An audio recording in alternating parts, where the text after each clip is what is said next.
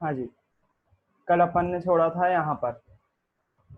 2 minute, मैंने share नहीं करी। हाँ, स्क्रीन शेयर करते हैं। कल अपन यहाँ पर थे। अपन देख रहे थे क्या पदार्थ की अवस्था बदली जा सकती है। फिर देखा था कि क्या तापमान बढ़ाने पर अवस्था में कोई परिवर्तन होता है। उसके लिए एक प्रैक्टिकल देखने के लिए बोला था आपसे। आई होप आप लोगों ने देख लिया होगा उस प्रैक्टिकल में हम क्या करते हैं। उस प्रैक्टिकल में एक बीकर लेते हैं। हालांकि इसमें लेना चाहिए था बर्फ, लेकिन हम लोग जो है उसको बॉइलिंग पॉइंट ऑफ वाटर के पॉइंट ऑफ व्यू से सॉल्व करते हैं, परफॉर्म करते हैं। और बॉइलिंग पॉइंट ऑफ वाटर निकालते हैं। बॉइलिंग पॉइंट किसको बोलते हैं? क्वथनांक को ही बोलते हैं बॉइलिंग पॉइंट। और गलनांक को बोलते हैं मेल्टिंग पॉइंट। गलनांक मतलब मेल्टिंग पॉइंट, और क्वथनांक मतलब बॉइलिंग पॉइंट। तो ये दोनों को इंग्लिश में बोलते हैं, तो उसमें और ज्यादा क्लियरेंस हो जाती है। गलनांक को बोलते हैं मेल्टिंग पॉइंट। मेल्टिंग मतलब कि मेल्ट होना। मेल्ट होना समझते हो? मेल्ट होना मतलब पिघलना। तो ऐसा तापमान जिस पर कोई चीज पिघलती है उसको हम मेल्टिंग पॉइंट बोलते हैं या गलनांक बोलते हैं। जैसे उदाहरण के लिए पानी। पानी का गलनांक जो होता है वो 0 डिग्री सेल्सियस होता है। और क्वथनांक हम बोलते हैं बॉइलिंग पॉइंट को। क्वथनांक को इंग्लिश में बोलते हैं बॉइलिंग पॉइंट। बॉयल होना मतलब कि उबलना। Boiling point. बॉइलिंग पॉइंट मतलब जिस पर वह तापमान जिस पर कोई वस्तु पिघलना सॉरी उबलना प्रारंभ कर देती है, बॉइलिंग पॉइंट कहलाता है या क्वथनांक कहलाता है। पानी का क्वथनांक जो होता है वो 100 डिग्री सेल्सियस होता है। कितना? 100 डिग्री सेल्सियस।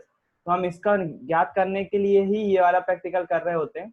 आपको पता होना चाहिए गलनांक को बोलते हैं मेल्टिंग पॉइंट, क्वथनांक को बोलते हैं बॉइलिंग पॉइंट। इंग्लिश में शब्द बता दिए मैंने आपको ताकि आपको कंफ्यूजन ना हो। और ये शब्द जो है वो जनरल वे में यूज भी किए जाते हैं।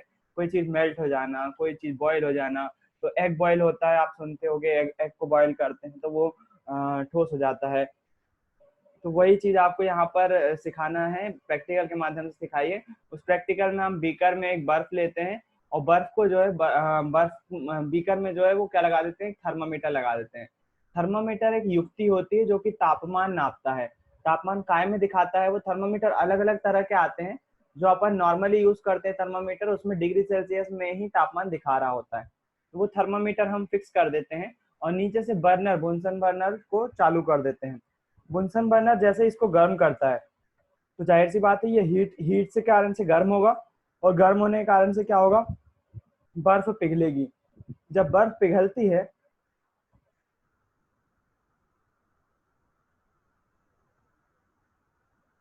जब बर्फ पिघलती है तो आप देखोगे कि टेम्परेचर जो है वो बढ़ता नहीं है, वो जीरो पे ही रहता है। क्योंकि बर्फ का तापमान कितना होता है? 0 डिग्री सेल्सियस। है ना? बर्फ जो है वो जमती तभी है जब 0 डिग्री सेल्सियस पर होती है या उससे कम होता है तापमान, तभी बर्फ जमती है। नहीं तो बर्फ नहीं जमती है ना? तो क्या होता है जब हम इसको गर्म कर रहे हैं, हालांकि हमने गैस चालू कर दिया है, लेकिन तापमान फिर भी नहीं बढ़ेगा। क्यों नहीं बढ़ेगा भैया? वो वही तो दिक्कत है, वही तो आज समझना है हमको। तापमान नहीं बढ़ता और जैसे पूरी बर्फ पिघल जाती है उसके बाद तापमान जो है फिर बढ़ना चालू होता है। फिर धीरे धीरे धीरे धीरे बढ़ता जाता है। 10 होता है, 20, 40, 60, 80, और फिर आखिरी में कितना हो जाता है? 100। 100 से ज्यादा नहीं हो पाएगा। 100 से ज्यादा पॉसिबल नहीं है पानी का तापमान। है ना? 100 से डिग्री सेल्सियस पे जैसे ही पहुंचता है पानी जो है वो उबलना प्रारंभ कर देता है और काय में कन्वर्ट हो जाता है, भाप में कन्वर्ट हो जाता है। भाप मतलब गैस में कन्वर्ट हो जाता है। बर्फ क्या था? बर्फ ठोस थी। ठोस काय में कन्वर्ट हो गई? लिक्विड में, पानी में। फिर उसके बाद पानी काय में कन्वर्ट हो गया? गैस में, जिसको हम क्या बोल रहे हैं? भाप बोल रहे हैं। है ना? तो आप यहाँ इस प्रयोग में जो है वो क्या कर रहे हो? पहले ठोस था, फिर उसके बाद पानी बन गया, फिर उसके बाद गैस बन गया। मतलब ठोस, द्रव, गैस तीनों में हो रहा है। मतलब क्या? अवस्था, पदार्थ की अवस्था जो है वो परिवर्तित हो रही है। मतलब क्या? मतलब ये कि पदार्थ की अवस्था में परिवर्तन संभव है किसके कारण से? तापमान के कारण से। मतलब हम अगर तापमान में वृद्धि करते हैं या तापमान में कमी करते हैं, दोनों ही होती है, बात आगे करेंगे। तापमान में हम परिवर्तन करते हैं, ये बोले हम। यदि यदि हम तापमान में परिवर्तन करते हैं तो पदार्थ की अवस्था में परिवर्तन होता है, ये तय है। उसके बाद यदि हम बात करें कि ये क्या होता है, मतलब ये एक पॉइंट अभी नोट करके रखिए। इसी को मैं कंटिन्यू कर रहा हूँ अभी थोड़ी देर में। लेकिन अभी आप इतना याद रखिए कि बर्फ जब तक पूरी नहीं पिघलती, गैस आप कितना भी तेज कर लो, बर्फ जब तक पूरी नहीं पिघलेगी, जब तक तापमान जो है वो 0 पे ही बना रहेगा, वो उससे आगे नहीं बढ़ेगा। इतना आपको याद रखना है। उसके बाद वापस आते हैं अपने इसी स्लाइड पर। इस स्लाइड में हो क्या रहा है, इस स्लाइड में एक बात और छूट रही है। किसी ठोस का गलनांक उसके कणों के बीच के आकर्षण बल के सामर्थ्य को दर्शाता है। तो यहाँ पर अभी मैंने आपको बताया कि गलनांक क्या होता है, मेल्टिंग पॉइंट होता है। मेल्टिंग पॉइंट मतलब कि ऐसा तापमान जिस पर कोई वस्तु पिघलना प्रारंभ करती है, उसको हम गलनांक कहते हैं। और इसके अलावा एक और चीज यहाँ पर ये जो लिखी हुई है, वो भी गलनांक की डेफिनेशन नहीं है, लेकिन एक तथ्य है जो कि बता रहा है किसी ठोस का गलनांक उसके कणों के बीच आकर्षण बल के सामर्थ्य को दर्शाता है। मतलब अपन ने एक बात पढ़ी है, यदि कोई कोई पदार्थ है तो वो विभिन्न प्रकार के कणों से मिलकर बना हुआ होगा। जैसे पानी भी है यदि, तो पानी भी बहुत सारे कणों से मिलकर बना हुआ होगा। और उन कणों के बीच जो है वो हम जानते हैं कि आकर्षण बल पाया जाता है। मतलब अगर मैं दो कणों को देखूं तो वो एक दूसरे को क्या कर रहे होंगे, अट्रैक्ट कर रहे होंगे, एक दूसरे को जो है वो आकर्षित कर रहे होंगे। आकर्षित कर रहे होंगे मतलब कि वो एक दूसरे से हाथ मिलाए हुए हैं, जैसे वो बिहू नट वाला वो था ना, वो मतलब एक दूसरे क्या हुए, चिपके हुए हैं वो एक बल के कारण से। उनके बीच एक आकर्षण बल है। जैसे जो बल अपन चुंबक को पास लाते हैं तो चुंबक चुंबक को अट्रैक्ट करती है कि नहीं, वो चुंबक चुंबक को अट्रैक्ट करती है। वैसे यहाँ पर भी जो है वो कण एक दूसरे को क्या करते हैं, अट्रैक्ट करते हैं। अट्रैक्ट करते हैं मतलब कि एक दूसरे को आकर्षित करते हैं, एक दूसरे के पास आ जाते हैं, बल आरोपित करते हैं। तो बोलना क्या चाह रहे हैं, ये जो गलनांक पॉइंट होता है, गलनांक जो है वो एक किसी ठोस का गलनांक उनके कणों के बीच आकर्षण बल के सामर्थ्य को दिखाता है। सामर्थ्य मतलब कि क्षमता, कितनी क्षमता है उनके बीच, मतलब कि उन दोनों के बीच कितना आकर्षण बल है। आकर्षण बल का मान, एक दूसरे को अट्रैक्ट कर रहे हैं, कितने बल से अट्रैक्ट कर रहे हैं, वो दिखाता है क्या, गलनांक। दो कणों के बीच आकर्षण बल के सामर्थ्य को दर्शाता है, उनके आकर्षण बल की क्षमता कितनी है वो दिखाता है क्या, क्वथनांक पॉइंट। मतलब हम किसी चीज को गर्म करते हैं तो क्या होता है, उसके कण, हमने अभी उस दिन भी बात करी थी कि कोई चीज गर्म क्यों होती है, उसके कण जो है वो लगातार गति करने लगते हैं, इधर अलग अलग दिशा में, दोनों दिशा में, इस साइड कैसे भी गति करते हैं और बर्तन से क्या होते हैं, टकराने लगते हैं। जैसे जैसे उनकी गति बढ़ती जाती है, अपन क्या कर रहे हैं, उनको ऊर्जा दे रहे हैं, नीचे से उसको गर्म कर रहे हैं, नीचे से गर्म कर रहे हैं तो क्या हो रही है, उनको ऊर्जा मिल रही है, ऊर्जा मिल रही है तो वो क्या कर रहे हैं, गति कर रहे हैं। इस गति का यूज वो मूव करने में कर रहे हैं, वाइब्रेट होने में कर रहे हैं, जिसके कारण से पानी जो है वो गर्म हो जाता है। यही क्यों गति कर पा रहे हैं वो, जैसे हमने उनको ऊर्जा दी तो उनके बीच का जो आकर्षण बल है, उनके कणों के बीच का जो आकर्षण बल है, उसका मान जो है वो परिवर्तित हो गया, चेंज हो गया। वो कम भी हो सकता है, ज्यादा भी हो सकता है। वो परिवर्तन होने के कारण से क्या हुआ, उनके आकर्षण बल जो है वो टूट गया, उनके बीच का आकर्षण बल जो है वो टूट गया, और वो क्या हो गया, वो एक दूसरे से दूर हो गए, एक दूसरे से दूर होके क्या हो गए, गति करने लगे। तो वो कणों के बीच जो आकर्षण बल के सामर्थ्य को दिखाता है गलनांक। हालांकि ये ज्यादा इंपॉर्टेंट नहीं है, ज्यादा इंपॉर्टेंट क्या है, ज्यादा इंपॉर्टेंट है मेल्टिंग पॉइंट बोलना है इसको। मेल्टिंग पॉइंट मतलब कि ऐसा तापमान जिस पर कोई वस्तु जो है वो, कोई पदार्थ जो है वो गलना प्रारंभ करता है, उसको हम क्या बोलते हैं, गलनांक बोलते हैं। और गलनांक क्या दिखाता है, कणों के बीच आकर्षण बल, उनके बीच कितना आकर्षण बल है उसकी क्षमता को दिखाता है। सामर्थ्य की जगह आप क्षमता को, क्षमता वर्ड भी यूज कर सकते हो। उन दोनों कणों के बीच कितना, कितनी क्षमता है। क्या हो गया बेटा, आवाज नहीं आ रही क्या, कौन बोल रहा है?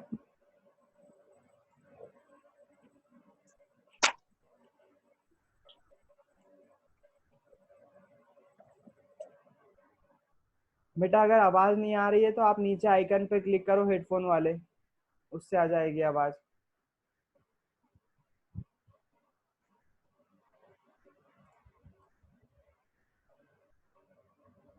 यहाँ पर क्या, किसी ठोस के गलनांक क्या बताता है, उसके कणों के बीच का सामर्थ्य दिखाता है, उनके उसके कणों के बीच कितना आकर्षण बल है, कितना आकर्षण बल की क्षमता है, कितना ज्यादा मात्रा में आकर्षण बल है, वो मात्रा का सामर्थ्य दिखाता है, क्षमता दिखाता है कौन, गलनांक पॉइंट। खैर ये तो छोटी सी डेफिनेशन थी। इसके बाद ये अपन देख चुके हो, कल आपने न्यूमेरिकल लगभग लगभग सभी ने सही करे हैं। तो मैंने कल देखा होगा आपने व्हाट्सएप ग्रुप पे दो साइन यूज करे थे।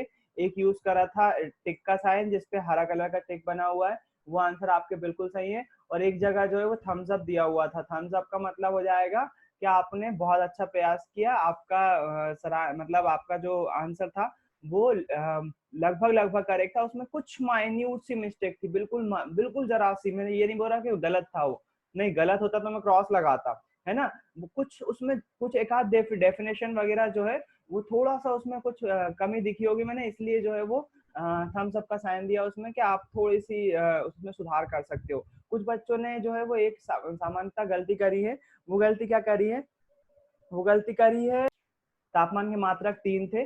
तापमान की मात्रा कौन कौन से थे? डिग्री सेल्सियस थे, केल्विन था और फ़ारेनहाइट था। ये 3 थे। अच्छा, डिग्री सेल्सियस का यूज मैंने बताया आपको मौसम संबंधी में यूज करते हैं। केल्विन का यूज जो है वो लैब में किया जाता है, साइंटिस्ट जो है वो लैब में करते हैं। जो है केल्विन कई जगह पर, जैसे अलग अलग कंट्रीज है ना, जैसे यहाँ पर अपन भारत भारत की बात कर ले तो भारत में जो है वो डिग्री सेल्सियस ज्यादा यूज किया जाता है। लेकिन अगर दूसरी कंट्रीज की बात करें ना, वहां पर अलग अलग जो है वो मेजरमेंट की यूनिट यूज की जाती है। कई जगह पर फ़ारेनहाइट यूज की जाती है। केल्विन जो है बहुत कम जगह पर यूज की जाती है, साइंटिस्ट ही यूज करते हैं ज्यादातर। फ़ारेनहाइट क्या होता है? फ़ारेनहाइट जो है, जब आप आपके पास बुखार नापने जाते हो ना डॉक्टर के पास, तो बुखार नापने के लिए जो है वो जो थर्मामीटर का यूज करता है, उसमें जो यूनिट आती है वो फ़ारेनहाइट में आती है। फ़ारेनहाइट हरे होता है वैसे तो, एक उसमें एच लगा रहता है, इसलिए उसको फ़ारेनहाइट बोलना ज्यादा अच्छा है ना। पर एक अच्छा, एक और बात बता दूं मैं, साइंस ऐसा सब्जेक्ट है जिसमें ज्यादातर टर्म जो आती है, टर्म मतलब कि शब्द जो आते हैं वो इंग्लिश होते हैं, और उसको इंग्लिश को जो है वो हमको हिंदी में कन्वर्ट करके लिखना होता है। जैसे फ़ारेनहाइट लिख रहा हूँ मैं, और भी बहुत सारे वो आते हैं। जैसे मान लो उदाहरण के लिए स्टैंड शब्द आ रहा है, स्टैंड जो है वो कैसा शब्द है? इंग्लिश का शब्द है, लेकिन हमें जो लिखना पड़ रहा है, देखो यहाँ पर लिखा हुआ है स्टैंड। तो अब लिखने के तरीके अलग अलग हो सकते हैं। जैसे स्टैंड ऐसा भी लिखा सकता है, और ये भी बिल्कुल सही है, ये भी गलत नहीं है, ये भी बिल्कुल एक्यूरेट है। तो मैं आपको यही बता रहा हूँ कि साइंस में आप जो है वो शब्द की मात्राओं पे नहीं जाते हैं, शब्द के मूल पर जाते हैं, शब्द आपने सही लिखा कि नहीं। जैसे फ़ारेनहाइट लिख रहा हूँ, कई इसको जो है वो फ़ारेनहाइट भी लिखेंगे, ये भी गलत नहीं होगा बिल्कुल। इसको फ़ारेनहाइट जो है वो प्रोनाउंसिएशन में फ़ारेनहाइट बोलते हैं, तो ये इसको इसको भी हम सही बोलेंगे। साइंस में आप इससे बच जाते हो ना थोड़ा सा, आप जो मेन टर्म होती है, अब तुम बदली को बदला लिखोगे तो फिर गड़बड़ हो जाएगा ना। लेकिन हाँ, जो मेन टर्म होती है उसको अपन बिल्कुल आप जो है वो चेंज करके लिख सकते हो, थोड़ा सा हेर फेर उसमें चल जाता है, कोई परेशानी वाली बात नहीं है। तो फ़ारेनहाइट जो है वो यूज किया जाता है, फ़ारेनहाइट जो है वो यूज किया जाता है डॉक्टरी थर्मामीटर में। फ़ारेनहाइट का यूज क्या करते हैं? डॉक्टरी थर्मामीटर में करते हैं। आप जब डॉक्टर के पास जाते हो तो डॉक्टर आपको जो है थर्मामीटर मुंह में लगा देता है, या फिर बगल में बाह में रखने के लिए बोलता है। थोड़ी देर बाद जो है वो उस थर्मामीटर को चेक करता है, और फिर उसके बाद आपको बताता है कि आपको 102 बुखार है, 102 बुखार है। तो वो 102 जो बताता है ना, वो क्या होता है? वो फ़ारेनहाइट ही होता है। वो क्या होता है? फ़ारेनहाइट ही होता है। फ़ारेनहाइट थोड़ा सा ज्यादा होता है ना। अगर हम बात कर लें थोड़ी सी जनरल नॉलेज की, तो जनरल नॉलेज के अकॉर्डिंग अगर हमारे स्वस्थ मनुष्य का तापमान जो है, हमारे जो मतलब ह्यूमन बॉडी है, उसमें जो शरीर का तापमान होता है स्वस्थ मनुष्य का, वो 37 डिग्री सेल्सियस होता है अराउंड, लगभग लगभग। सभी का नहीं हो सकता, जाहिर सी बात है, अलग अलग वेरी करता है, एग्जैक्ट भी नहीं हो सकता, लेकिन हाँ, लगभग लगभग 37 डिग्री सेल्सियस होता है स्वस्थ मनुष्य का तापमान। इसको यदि हम फ़ारेनहाइट में चेंज करें तो अप्रोक्सीमेटली आता है, मैं एग्जैक्ट नहीं बता सकता क्योंकि पॉइंट में आता है एग्जैक्ट, अप्रोक्सीमेटली आता है 97 98 डिग्री फ़ारेनहाइट, है ना। अप्रोक्सीमेटली बता रहा हूँ, मैं फिर बोल रहा हूँ, 97 98 कुछ आता है, 97 98 डिग्री फ़ारेनहाइट आता है। ये आपका काम है, आप अगर डॉक्टर के पास जाते हो तो उनसे पता करो तो स्वस्थ मनुष्य का तापमान कितना एग्जैक्ट बताएंगे वो, है ना। मैं बता रहा हूँ आपको, वो लगभग लगभग 98 डिग्री फ़ारेनहाइट के आसपास होता है ना। अगर हम डिग्री सेल्सियस में बात करें तो कितना? 37 डिग्री सेल्सियस। फ़ारेनहाइट में बात करें तो 98 डिग्री फ़ारेनहाइट। और केल्विन में बात करें तो इसको कन्वर्ट कर सकते हो आप। केल्विन में क्या करना है? 273 में 37 जोड़ दो, आपको मिल जाएगा जो केल्विन में होगा मान। फ़ारेनहाइट में जो है वो ज्यादा, मतलब फ़ारेनहाइट और डिग्री सेल्सियस का जो है वो कैलकुलेशन थोड़ा सा टफ है। कभी टाइम मिलेगा तो मैं वो भी बताऊंगा आपको, लेकिन अभी वो कोर्स में नहीं है। और कोर्स अगर चैप्टर के बाद भी अगर जल्दी चैप्टर हो जाएगा तो मैं फिर बता दूंगा आपको डिग्री सेल्सियस को फ़ारेनहाइट में कैसे चेंज करते हैं, लेकिन अभी के लिए इतना काफी है। तो ये वाला था आपका तापमान का प्रभाव, मेरे ख्याल से आपको समझ में आया होगा। तापमान के प्रभाव से जुड़ा हुआ एक और कॉन्सेप्ट है, उसको बोलते हैं संगलन की प्रसुप्त ऊष्मा। संगलन की प्रसुप्त ऊष्मा को क्या इंग्लिश में बोलते हैं? Latent heat. लेटेंट हीट, है ना। तो लेटेंट हीट का कॉन्सेप्ट आपके पास आता है। संगलन की प्रसुप्त ऊष्मा किसको बोलते हैं? वायुमंडलीय दाब पर। वायुमंडलीय दाब पर, वायुमंडलीय दाब क्या होता है? हम जिस एटमॉस्फेयर में रह रहे हैं, हमारे आसपास आप जानते हो कि बहुत सारी गैसेस हैं। तो जो वो गैसेस क्या करती है? हमारे आसपास का वायुमंडल बनाती है, हमारे आसपास का एरिया बनाती है। तो वो एरिया जो है हम पर एक दबाव डालता है। जैसे आप मान लीजिए आप किसी टेबल पर अगर खड़े हो गए तो आप उस टेबल पर दबाव डाल रहे होगे कि नहीं। आप कुर्सी पर बैठे हुए, चेयर पर बैठे हुए यदि, तो उस टेबल पर आप या चेयर पर जो है वो दबाव डाल रहे होगे, आप बल लगा रहे होगे। तो जाहिर सी बात है, जैसे हम बल लगाते हैं किसी चीज पर, कोई चीज पर हम दाब लगा रहे होते हैं, वैसे ही जो है वो जो हमारे आसपास का वायुमंडल है जिसमें ढेर सारी गैसेस हैं, वो भी हम पर क्या डालता है, एक दबाव डालता है। उसको बोलते हैं हम क्या, वायुमंडलीय दाब। वायुमंडलीय दाब, है ना। तो इसमें डेफिनेशन लिखी हुई है, वायुमंडलीय दाब पर 1 किलोग्राम ठोस को उसके, ये उसके लिखा हुआ है, उसके उसके गलनांक पर द्रव में बदलने के लिए जितनी ऊष्मीय ऊर्जा की आवश्यकता होती है उसे संगलन की प्रसुप्त ऊष्मा कहते हैं। अर्थात 0 डिग्री सेल्सियस या फिर हम बोले 273 केल्विन पर जल के कणों की ऊर्जा उसी तापमान पर बर्फ के कणों की ऊर्जा से अधिक होती है। एक बात फिर से समझो, इस डेफिनेशन को बोलना क्या चाह रहा है।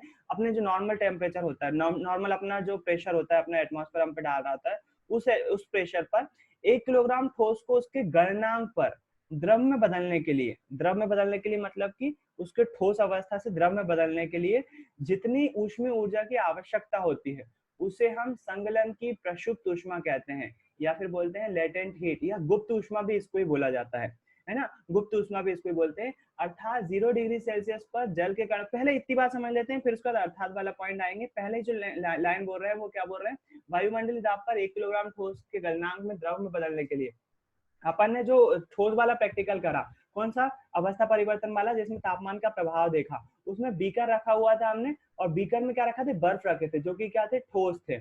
हमने उसको गर्म करा नीचे से तो बर्फ जो है वो पिघलना चालू हुई। मैंने फिर से आपको वहां पर भी बताया था, एक बार फिर से यहाँ पर बता रहा हूँ, उसी टॉपिक को फिर से एक्सप्लेन कर रहा हूँ। उसमें जो थर्मामीटर लगा हुआ था, उस थर्मामीटर पे टेम्परेचर जो है वो डाउन, मतलब वो जो है वो अप नहीं होगा। हम हालांकि उसको जो है वो ऊष्मा दे रहे हैं, ऊर्जा दे रहे हैं, उसको गर्म कर रहे हैं, गर्म कर रहे हैं, तो टेम्परेचर जो है वो बढ़ना चाहिए, टेम्परेचर राइज होना चाहिए। लेकिन उसके बाद भी वो टेम्परेचर राइज नहीं होगा। कब तक नहीं होगा, जब तक कि पूरी की पूरी बर्फ जो है वो पिघलकर पानी ना बन जाए। जैसे ही वो बर्फ पिघलकर पानी बनती है, उसके बाद जैसे ही पानी बन जाता है, उसके बाद जो है वो टेम्परेचर जो है थर्मामीटर में जो है वो धीरे धीरे बढ़ना चालू हो जाएगा, जो कि आपने वीडियो में देखा होगा कि कैसे टेम्परेचर धीरे धीरे 100 डिग्री सेल्सियस पर जा रहा था और पानी उबलना चालू कर रहा था। लेकिन तब तक क्या हुआ, जब तक आपने ऊष्मा तो दी उसको, वो ऊष्मा या ऊर्जा, ऊर्जा का रूप ही है ऊष्मा। जब आपने स्टार्टिंग में ऊष्मा दी जो कि उसमें बीकर में जा रही थी, बर्फ को मिल रही थी, वो ऊष्मा कहाँ गई, वो ऊर्जा कहाँ गई, उसी ऊर्जा, तब हम बोलते हैं कि वो ऊर्जा जो है वो गुप्त रूप से बर्तन में छुपी हुई रहेगी। वो ऊर्जा कहाँ चली गई, वो ऊर्जा जो है वो गुप्त रूप से, गुप्त रूप से मतलब सीक्रेटली, सीक्रेटली जो है वो बर्तन जो है उसमें जो है वो छुपी रहेगी। उस छुपी हुई ऊर्जा को हम बोलते हैं संगलन की प्रसुप्त ऊष्मा, है ना। वही चीज यहाँ पर लिखी हुई है। यदि हम किसी नॉर्मल वायुमंडलीय ताप पर, जैसे अभी मैं यहाँ पर बैठा हूँ, किसी वस्तु पर 1 किलोग्राम ठोस वस्तु पर 1 किलोग्राम कोई वस्तु है, मान लीजिए बॉटल है, यदि वो 1 किलोग्राम भारी है, उस पर जो है वो उसको, इसको मेरे को गलना मतलब द्रव में कन्वर्ट करना है, किसको, बॉटल को। बॉटल को अगर द्रव में कन्वर्ट करना है तो मेरे को उसको गर्म करना पड़ेगा। लेकिन इसका टेम्परेचर कब तक नहीं होगा, जब तक ये पूरी पिघल नहीं जाएगी तब तक की जो है इसका टेम्परेचर राइज नहीं होगा। उसी के बर्फ का केस लो, बर्फ का केस ज्यादा आसान है समझने के लिए। अगर हम बर्फ का क्यूब ले रहे हैं तो उसका टेम्परेचर 0 डिग्री सेल्सियस ही रहे, कब तक, जब तक कि पूरी बर्फ पिघल ना जाए। तो तब तक उस ऊर्जा का क्या हुआ, वो ऊर्जा कहाँ गई, वो ऊर्जा उसी बर्तन में जो है वो गुप्त रूप से छुप गई। उसे ही हम बोलते हैं संगलन की प्रसुप्त ऊष्मा। वही यहाँ पर लिखा हुआ भी है, जो वायुमंडल पर 1 किलोग्राम ठोस के उसके गलनांक में द्रव में बदलने पर जितनी ऊष्मीय ऊर्जा की आवश्यकता होती है उसे संगलन की प्रसुप्त ऊष्मा बोलते हैं। इसके बाद एक और पॉइंट लिखा हुआ है जो कि आपके अगले क्वेश्चन का आंसर है, 0 डिग्री सेल्सियस पर जल के कणों की ऊर्जा उसी तापमान पर बर्फ के कणों की ऊर्जा से अधिक होती है। आप देखो ये वाला पॉइंट क्या बता रहा है, 0 डिग्री सेल्सियस पर जल के कणों की ऊर्जा, मतलब कि क्या हुआ, यहाँ पर आपको एक बात बोलना चाह रहे हैं। वो बात क्या है, 0 डिग्री सेल्सियस मतलब कि 0 डिग्री सेल्सियस पर जहां पर बर्फ बर्फ भी रह सकता है और पानी भी रह सकता है, दोनों ही रह सकते हैं ना। मैंने बताया आपको 0 डिग्री सेल्सियस पर जो है वो बर्फ टेम्परेचर बढ़ता नहीं, हम ऊष्मा दे दें तो भी। तो आप देखना दो कंडीशन हो रही है, 0 डिग्री सेल्सियस पर पानी बर्फ भी बना हुआ है और जल भी है। एक टेम्परेचर पर पानी दो अवस्था में पाया जा रहा है, 0 डिग्री सेल्सियस पर बर्फ भी है और पानी भी बन गया है वो। लेकिन यहाँ पर एक बात बोल रहे हैं, यदि हम 0 डिग्री सेल्सियस पर बर्फ की ऊर्जा और पानी की ऊर्जा के बीच कंपेयर करें कंपेयर करें मतलब तुलना करें, तो हमें पता चलेगा कि पानी की ऊर्जा जो है वो बर्फ की ऊर्जा से ज्यादा है। क्यों? क्योंकि इसमें पानी के बराबर वो वाली ऊर्जा तो है ही, जितनी बर्फ में थी वो तो है ही, साथ में इसमें इंक्लूड है प्रसुप्त ऊष्मा या ऊर्जा। प्रसुप्त ऊर्जा यानी कि लेटेंट हीट, प्रसुप्त ऊष्मा भी बोल सकते हो आप, लेटेंट हीट या फिर गुप्त ऊष्मा। गुप्त ऊष्मा जो है इसमें पानी में जो है वो छुपी हुई है, इसलिए पानी के कणों के पास ज्यादा एनर्जी होगी बजाय बर्फ के कणों से। मेरे ख्याल से बात समझ में आ रही होगी। लेटेंट हीट किसको बोलते हैं? लेटेंट हीट किसको बोलते हैं? बर्फ को यदि हम गर्म कर रहे हो, बर्फ यानी कि पदार्थ, किसी पदार्थ, ठोस पदार्थ, किसी ठोस पदार्थ को यदि हम टेम्परेचर देकर द्रव में कन्वर्ट करना चाहते हैं, तो वो जो है वो स्टार्टिंग में उसका टेम्परेचर राइज नहीं होता है, हालांकि हम उसको ऊष्मा दे रहे हैं लेकिन उसका टेम्परेचर नहीं बढ़ता है। तो वो ऊर्जा या ऊष्मा कहाँ चली गई? वो ऊर्जा या ऊष्मा उस बर्तन में ही जो है वो कैद हो जाती है, जिसको हम क्या बोलते हैं? संकलन की प्रसुप्त ऊष्मा बोलते हैं, या फिर गुप्त ऊष्मा भी बोल सकते हो आपकी, वो गुप्त रूप से रहती है। और वो लेटेंट हीट क्या कर देती है? उस बर्फ के जो पानी बन गया है, पानी जो बन गया है, उसके कणों का जो है जो ऊर्जा का लेवल होगा वो बर्फ के कणों से कैसा होगा? ज्यादा होगा। बर्फ के पास गुप्त ऊष्मा नहीं है, हालांकि जब पानी बन गया वो, तो वही कण, वो बर्फ में जो कणों के पास ऊर्जा थी वो तो है ही इसमें, साथ साथ इसमें क्या है? गुप्त ऊष्मा भी है, जिसको हम संकलन की प्रसुप्त ऊष्मा या फिर लेटेंट हीट बोलते हैं, वो भी है, जिसके कारण से पानी में ज्यादा ऊर्जा होती है बजाय बर्फ के। इसी में का एक क्वेश्चन दिया हुआ है आपकी बुक में, वो क्वेश्चन है यहाँ पर नीचे। किसी पदार्थ की अच्छा ये वाला जो है वो इसी से जुड़ा हुआ क्वेश्चन है। किसी भी पदार्थ की अवस्था परिवर्तन के दौरान तापमान स्थिर क्यों रहता है? अवस्था परिवर्तन के दौरान मतलब कि यदि हमने बीकर में बर्फ लिया हुआ है और उसमें जो है वो थर्मामीटर लगाया हुआ है, इसी का उदाहरण याद रखना आप लेटेंट हीट के लिए। उसमें थर्मामीटर लगाया हुआ है, तो इस थर्मामीटर में जो है वो पारा ऊपर चढ़ रहा होता है ना? तो जब हमने बर्फ लगाया हुआ है यहाँ पर, बर्फ में थर्मामीटर है, तो इसका जो वो आएगा, पारा का तापमान आएगा, वो आएगा 0 डिग्री सेल्सियस। और जब हम इसको ऊष्मा देना चालू कर देते हैं, तो हम इसको क्या बना रहे हैं? बर्फ को हम बना रहे हैं द्रव। वो द्रव बनाने के लिए जब ये बर्फ धीरे मतलब थोड़ी थोड़ी बर्फ बचेगी और हल्का सा लगभग लगभग सब पानी बन जाएगा, तो यहाँ पर तब भी जब थोड़ी बहुत बर्फ बची हुई है, तब भी हम यदि टेम्परेचर देखेंगे तो टेम्परेचर कितना आने वाला है? 0 डिग्री सेल्सियस ही आने वाला है। मतलब 0 डिग्री सेल्सियस पर हमें जो है वो दो अवस्थाएं मिल रही हैं। इसी से ये क्वेश्चन उत्पन्न होता है, इसी से ये क्वेश्चन बनता है। किसी पदार्थ की अवस्था परिवर्तन, देखो यहाँ पर अवस्था परिवर्तित हो रही है, ठोस से गैस बन रही है, अवस्था परिवर्तन हो रहा है, के दौरान तापमान स्थिर क्यों रहता है? ये तापमान स्थिर क्यों है? 0 डिग्री सेल्सियस और 0 डिग्री सेल्सियस क्यों तापमान? इसका तापमान हम नीचे से ऊष्मा दे रहे हैं तो बढ़ना चाहिए था तापमान, तापमान क्यों नहीं बढ़ रहा है? क्वेश्चन यही है।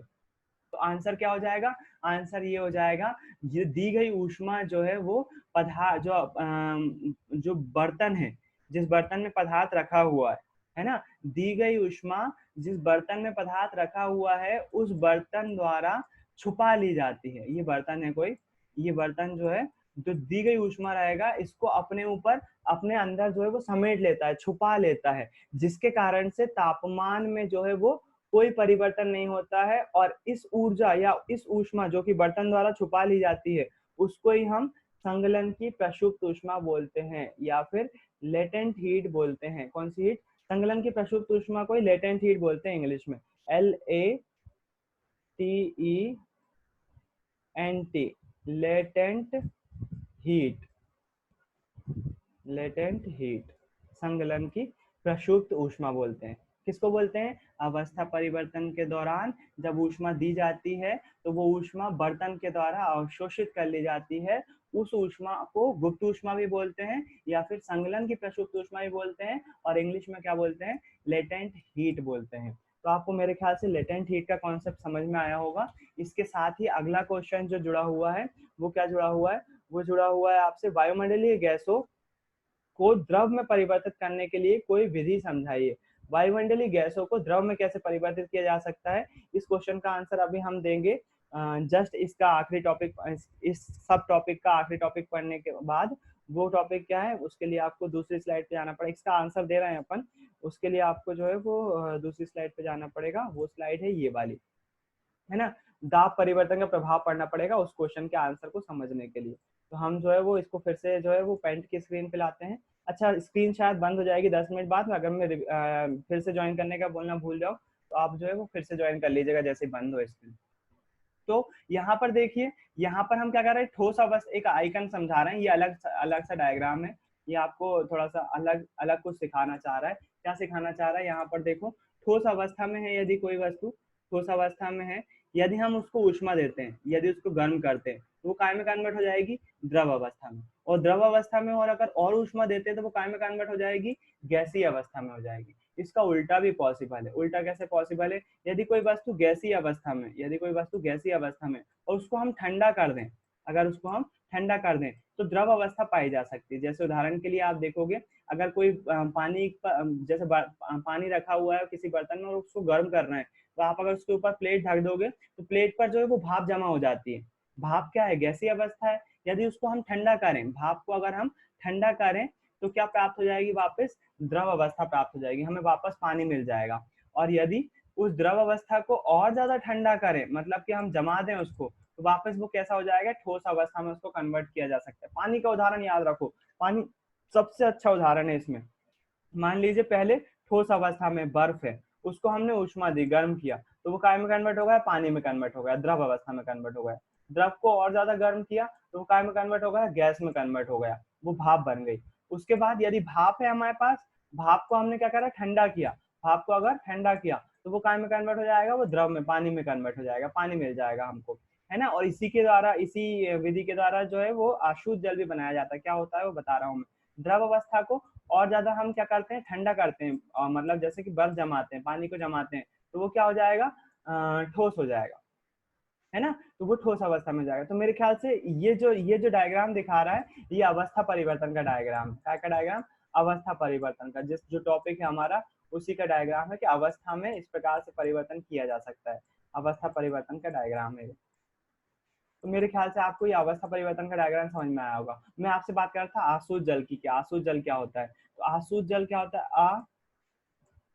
आसुत जल, इसको डिस्टिल्ड वाटर भी बोलते हैं, डिस्टिल्ड वाटर, आसुत जल, है ना। इंग्लिश में आपने सुना होगा word distilled water, distilled water. Chilled water तो सुना ही होगा, चिल्ड मतलब होता है ठंडा, डिस्टिल्ड मतलब होता है आसुत जल। आसुत जल कैसे बनाया जाता है, आसुत जल को बनाने के लिए हमें नॉर्मल पानी लेते हैं, नॉर्मल पानी को गर्म करते हैं, गर्म करेंगे तो जाहिर सी बात है भाप बन जाएगा। इसको कन्वर्ट, भाप को जो है वो नली के द्वारा से दूसरे बर्तन में जोड़, इसको जो है वो जैसे कुकर में अपन गर्म कर रहे हैं ना, कुकर में अपन ने नली लगा कर यहाँ पर दूसरा बर्तन रख दिया, है ना, और यहाँ पर जो है वो फैन वगैरह लगा दिया, जिससे ये नली जो है वो ठंडी होती रहे, इसको हवा लगती रहे और ठंडी होती रहे।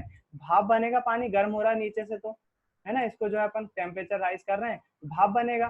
भाप बनेगा तो क्या होगा, इसमें भाप भाप जो है इस पाइप में आ जाएगी, और इस पाइप से होती हुई कहाँ चली जाएगी, पाइप से होती हुई इस पाइप में पहले तो जमा होगी, ये पंखा क्या करेगा, इसको ठंडा कर देगा भाप को, और भाप जो है वो यहाँ पर थोड़ी बूंदों के रूप में जमा हो जाएगी, और धीरे धीरे जो है वो बूंद बूंद जो है वो इसमें गिरने लगेगी, इस बीकर में गिरने लगेगी, और वो जो है हमें फिर से क्या मिल जाएगा, पानी मिल जाएगा। इस पानी को हम बोलते हैं आसुत जल या फिर डिस्टिल्ड वाटर। ये प्योरेस्ट फॉर्म होती है, शुद्ध फॉर्म होती है पानी की, और आजकल जो है वो मार्केट में अवेलेबल भी है, थोड़ा सा कॉस्टली होता है। ऐसे मिनरल वाटर भी आता है, मिनरल वाटर में नॉर्मल पानी की अपेक्षा मिनरल्स जो है वो लिमिटेड क्वांटिटी में मिलाए जाते हैं, जिसके कारण से उसको जो है वो महंगी हो जाती है, उसकी कीमत थोड़ी सी। तो आसुत जल के बारे में बता दिया मैंने आपको, थोड़ा सा अलग से टॉपिक था जनरल नॉलेज का, डिस्टिल्ड वाटर कैसे बनता है उसके बारे में बता दिया। अवस्था परिवर्तन का डायग्राम आपने देख लिया कि अवस्था परिवर्तन क्या होती है।